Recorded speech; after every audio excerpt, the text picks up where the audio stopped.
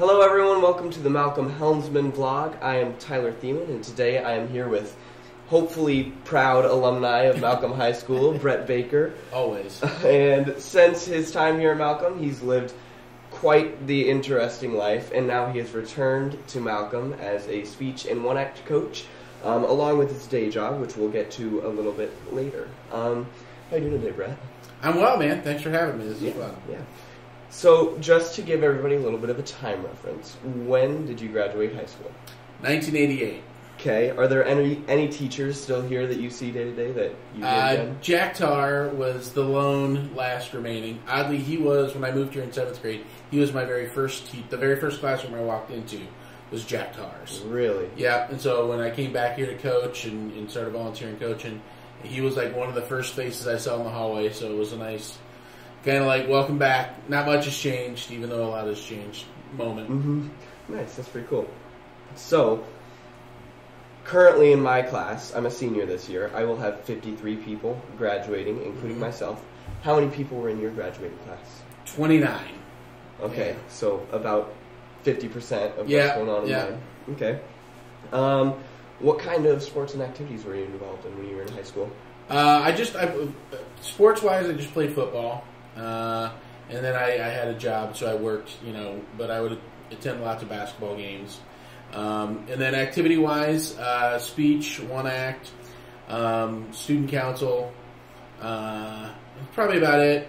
There was a lot less activities back in the day. It was a lot more narrowed down, so we didn't have quite the same array of choices you guys have today. Okay. So, but it was still, I really enjoyed my time in high school and got a lot out of it. Well, that's pretty cool. So, you enjoyed your time in high school. Were there any, fun traditions or things that you did either as a senior or just in other classes that you don't see kids that we don't get to do anymore? Well, the one thing that I always chuckle at is you guys have senior skip day. Mm-hmm. We took a whole week. We went skiing in Colorado at Winter Park. So that I was kind of battling, they only get a day. That would be really fun. Yeah, they only get a day. You should do a little arguing to get us that week back. Yeah. Nice. Yeah, I don't know if that's in my scope of powers, but I'll give it a shot if you want me to. So, some of the traditions. What would you say is your fondest memory of high school here? That's a good question. It's when I moved here from Millard, and so when I was going to Millard Central Junior High, I was a really small fish in a huge pond, and I really had no idea who I was or what how I was gonna get to where I wanted to go. And when I moved to Malcolm, all that changed. Obviously, smaller pond, and I wouldn't say I was a big fish. I wouldn't characterize myself as that, but I was able to find my way, find my footing, and found a place that really allowed me to figure out how I was going to open doors to where I wanted to go next. And not only that, I still, our class still gets together from time to time. We got together over the holidays to hang out and catch up. So I really did find a community and a family here that was not present in Millard. So that's something that I've always carried with me. That is pretty cool, and I think that's still true today. You see, if you're in Malcolm, you're going to make friends that you're going to have for the rest of your life. I hope so. Mm-hmm. Yeah. That's pretty cool. So, after high school, why don't you tell us a little bit about what you did? Well, I had a semester and a half at the University of Nebraska as a really bad student. And at a certain point, I figured out I was wasting my time and my parents' money. So I decided to join the Air Force as a broadcaster because I knew I wanted to go into broadcasting. If you've ever seen Good Morning Vietnam, that was my first job in the Air Force. After I went to broadcasting school at Fort Benjamin Harrison in Indianapolis, I was at AFK Osan Air Base, South Korea, and I had the morning show there from 5 to 9 or 5 to 10 every day. And it was great. That was before the internet was around. The internet was a thing, and people couldn't stream stuff. And if you wanted to hear American music and get modern or up to date information and stuff, they kind of had to listen to me or Korean radio. So it was great as a 20-year-old. Being a celebrity to a captive audience, it was Osan was a really good time. I enjoyed that gig immensely, and then my career took me to Nellis Air Force Base in Las Vegas, where I was a staff announcer with a combat camera team. And then I went to England to start a news bureau there, doing TV news all up and down England, wherever U.S. Air Force was. And then the same thing over on the continent. We'd go over to whatever the U.S. and we'd go somewhere like Italy, France. We're working in stuff for denied flight in the former Yugoslavia. So that just opened up a whole different, way to see the world and tell the Air Force story. And then I got stationed in San Antonio, and that was my last assignment, because I left the Air Force on a Friday and I started at the ABC affiliate there on a Monday. And yeah, so that's kind of my journey. And then I stayed in San Antonio. I stayed at that station until 2012, when I decided to move home. My daughter got a scholarship to Nebraska, so it was a good time to come home. And yeah, that is pretty cool. Yeah, it was. I got to see the world on somebody else's dime. Mm-hmm. I got to do a lot of things that people can't pay to do.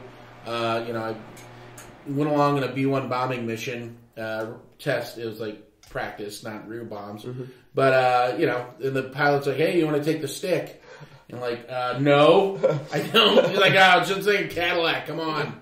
So okay, and then, now try a turn, and you're like, "Oh my gosh, this is a millions and millions of dollars bomber," mm-hmm. And I'm the idiot with the stick in my hand. But just have those kind of experiences, and then be able to tell the Air Force story for 9 years was really a privilege. That is pretty cool. So I also read that you were in the Defense Information School. Yep, that's where. So it's like a really intense course for either broadcasters. There's a broadcast track. There's a journalism track. There's a public affairs track. I, of course, went in the broadcast track, and that's for 6 months. They start from the bottom, like writing for TV and radio, and then you go through every steps of like learning how to put on a radio show and doing that. And then you move over to the TV side, and everything from shooting and editing stories to directing and producing in the booth to anchoring at the desk. It was great, really intense. But probably, definitely when I got to Korea, I knew what I was doing. I wasn't afraid of, getting handed the job, mm-hmm. because the school prepared me pretty well. That's pretty cool. So you said you ended up in San Antonio, yep. After your service. So you said that you worked for ABC, right?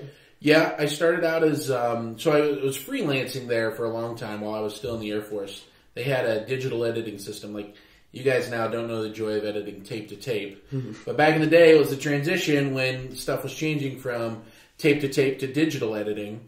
And one good thing about the folks I worked for at Air Force News, they did not mind spending money on the latest and greatest equipment. So we had all the nonlinear editors, we had like 6 of the 8, I think, that were in San Antonio were at our shop. And so I knew how to use those. And KSAT, the station I went to, had gotten one, but they didn't really know how to use it. They didn't have anybody use it. And they wanted to use it to like their little promos for like tonight at 10, mm-hmm. Your family needs to know.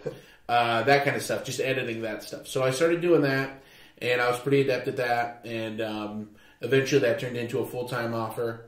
And from there, I did that for a couple of years, but I would always volunteer. I really wanted to be in the sports department. Mm-hmm. So I would volunteer to do anything for the sports department that would like help elevate kind of the production values of their shows, because I knew that they didn't have anybody that knew how to run the Avid, and I could do a lot of stuff that just tape to tape you can't do. Mm-hmm. So when the senior producer position job opened up there, the sports director asked me if I wanted it, and I was like, yeah. So then I was there for 11 years, and that was great. We covered the Spurs, most of their championships when I was there. I think all but one. Super Bowls, Final Fours, Sweet 16s, NASCAR, Astros baseball, you name it, we got to cover it. It was a really, really great job. And of course, then Friday Night Lights, which mm-hmm. as much as I love Nebraska high school football, there's something different about it in Texas. It's just everything is bigger. And that was a lot of fun to cover too. That's pretty cool. And not only were you just covering them, but you were recognized not once, but twice as by Associated Press as the best Wow, you've been doing your sportscaster research, in the yeah. state of Texas. Well, best sportscast, yeah. My Yes. guy Greg Simmons, he was the man in front. But yeah, we won, and that's pretty cool because that's up against Dallas and Houston, and those are big markets. So yeah, that was a nice recognition for sure. That's pretty cool. So you mentioned that your daughter got into the university, so that's why you came back here. What do you do now? What do I do, or what does my daughter do? What do you do? What do I do now? Okay, I am the executive producer at 1011 News. I've been in that position for 7 years now or so. Okay. So I oversee all the newscasts and just make sure that we're maintaining kind of the look and the feel that we want for our newscasts, as well as like the tempo, and making sure that we're utilizing all the tools we have available to us. One nice thing about the company that owns us is we've got a great set, and we've got a lot of great gear to be able to do things that help hopefully elevate us above the competition and really up our production value and make it so that we can, bring the news to our viewers in a way that looks as modern, as anybody, up the road in Omaha or Kansas City or wherever. Well, that's pretty cool. And during your career, you've clearly been pretty successful, winning numerous awards, including, and I have these all listed out because there's a lot of them. I'm not going to be able to remember all these, but 5 Emmy Awards for Best Newscast. We need to update that. Is it 7? 7 Emmy Awards for Best Newscast. 2 Telly Awards for reporting and producing. 2 Thomas Jefferson Awards. Numerous AP and NBA broadcast awards. So quite the resume you've compiled. I've been really lucky to work with good people and good shops. KSAT was a #1 shop. 1011 is the #1 shop. And so, none of that stuff happens alone. Yeah. You have to have tremendous people working all around you. And so that's one of the things that I valued is, everywhere I've been able to go, I've worked with really good people who care about the story and care about, the viewers and doing right by them. So, all that stuff is, yes, you put it on the resume because it looks good and whatnot, but it's also a sign that I've been a part of some really good teams. Well, that's pretty cool. And then, what do you think has been, in your whole journalism career, what do you think has been the high point of your journalism career?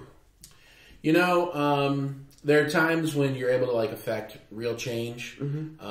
Certainly when the protests were happening in the end of May, beginning of June in 2020. That was a crazy time. And we were live on the night that the mayor had first instituted a curfew because the night before stuff had gotten really out of hand. And so they instituted a curfew and they were trying to enact it, and there was an inevitable clash between police and protesters. And, we got on camera, live as it was happening, the scene of a deputy taking down a protester, and it looked bad. It looked really, really bad. And, the Lancaster County Sheriff's Office had to, acknowledge what had happened and then talk about, they had to change procedures, how they would approach things, how they would do things. So that was one case where if our cameras had not been on, their procedures for how they do things probably wouldn't have changed. So that's one example. That was a crazy day.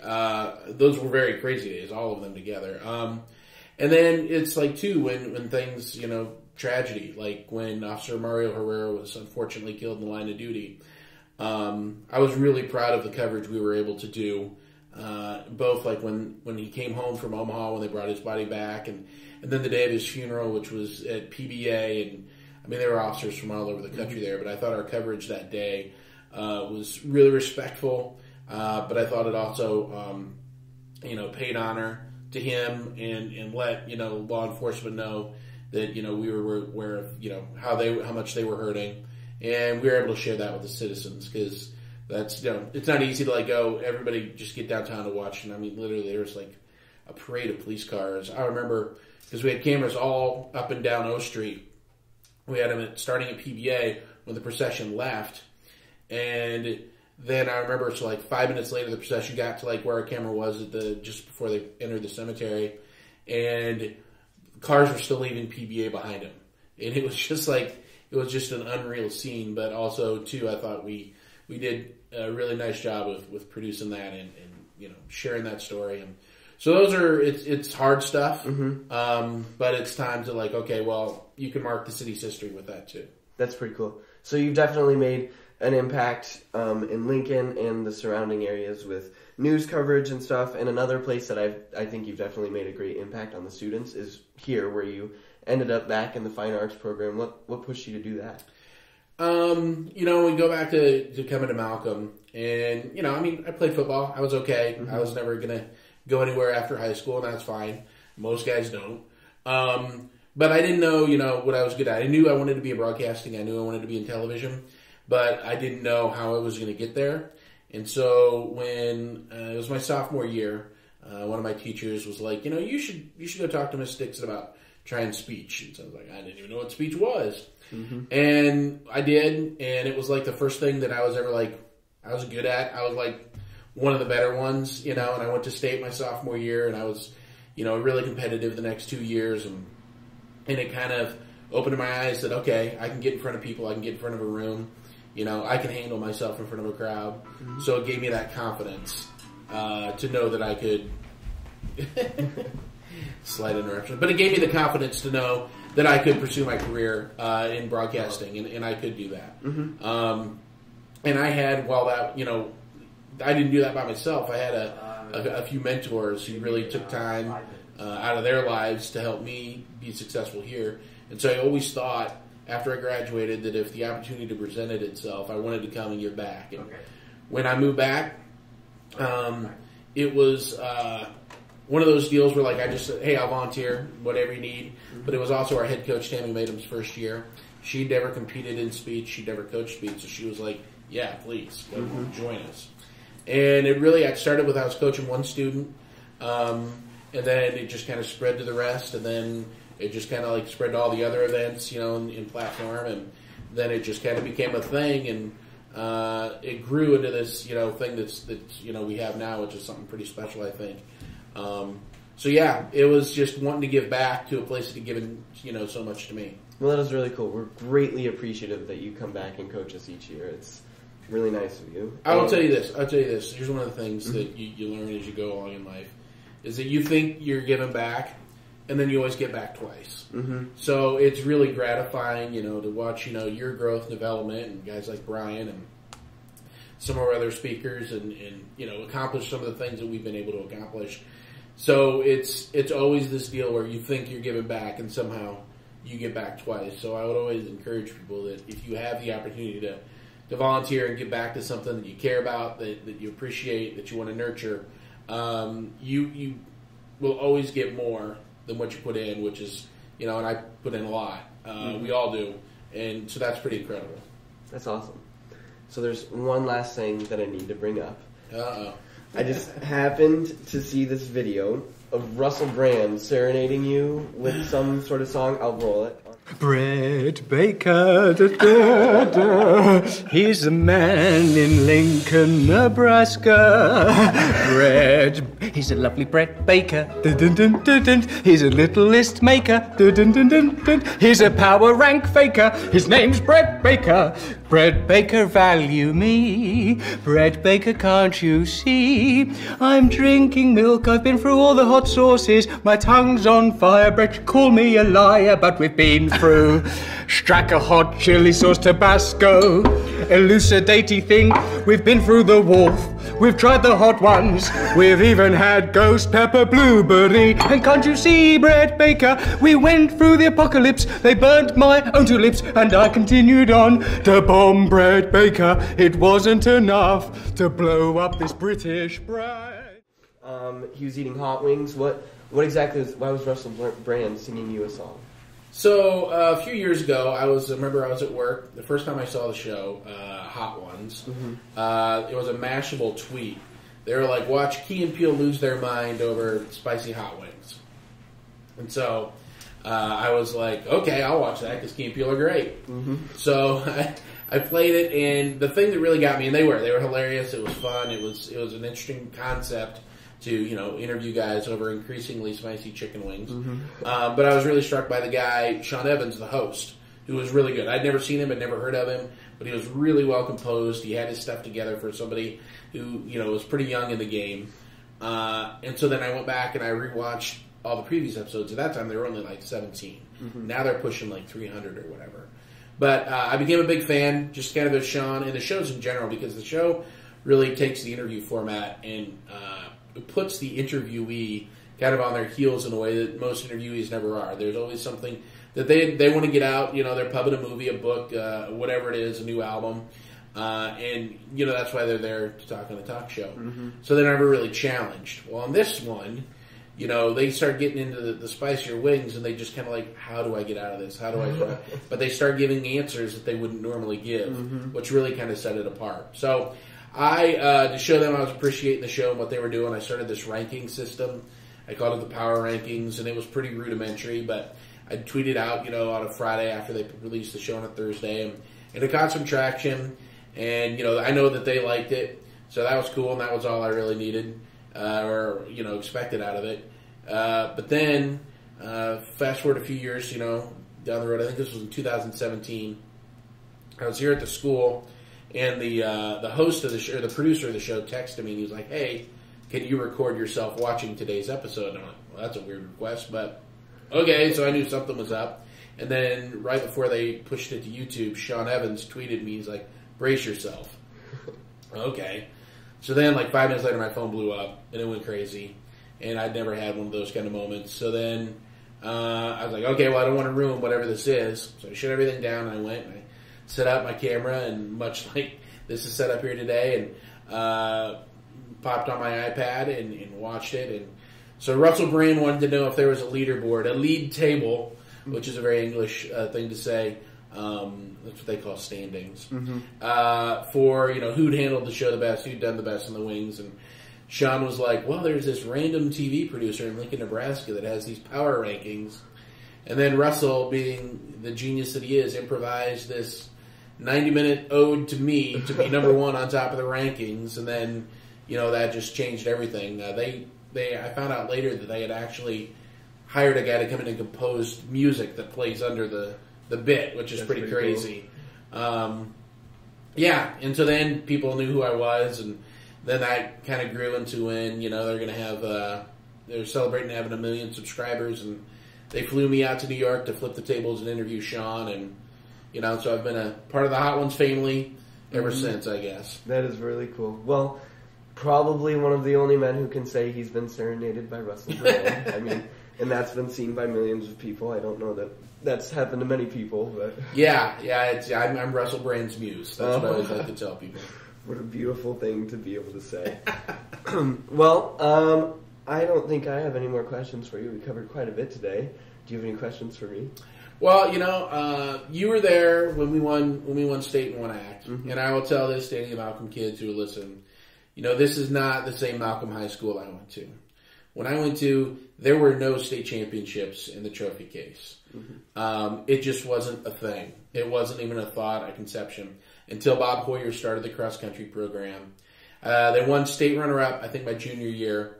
And then the year after I graduated in 88, they won the first state championship.